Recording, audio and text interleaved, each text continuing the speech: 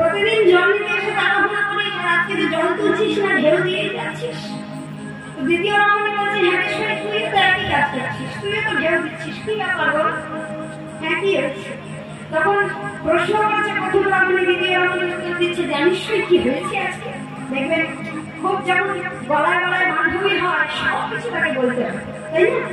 ঘরে আজকে কি রান্না হয়েছে সেটা পর্যন্ত না বলতে পারলে যেন মনের ভেতরে খচখচ করা শুরু করে। কি হয়েছে কতক্ষণে তাকে বলবে, এই আশায় বসে আছে। এমন সময় উত্তর দিয়ে প্রশ্ন করেছে, উত্তর দেওয়ার ছটফটা কিন্তু দেখুন, বলছে কি হয়েছে জানিস আজকে আসবার সময়? কি হয়েছে? ভীষণ আগ্রহ, কি হয়েছে বল?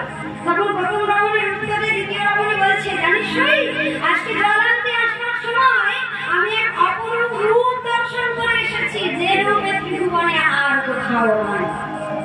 প্রথম রমণী যে প্রশ্ন করেছে, মনে মনে চিন্তা করছে, তুই কি একা দেখেছিস? আমিও তো দেখেছি একটা রূপ।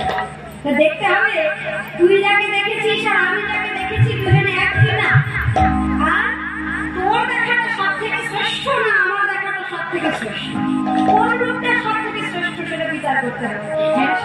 যাকে দেখলি তাকে দেখতে যাবো না।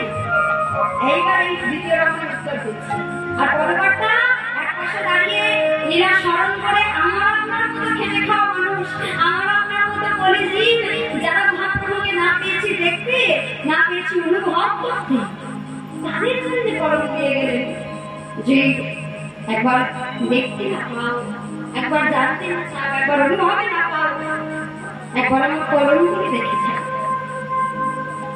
কি রূপের সে ছিল? নদিয়ার ভগবতীর পাশে কি রূপ পেয়েছিল?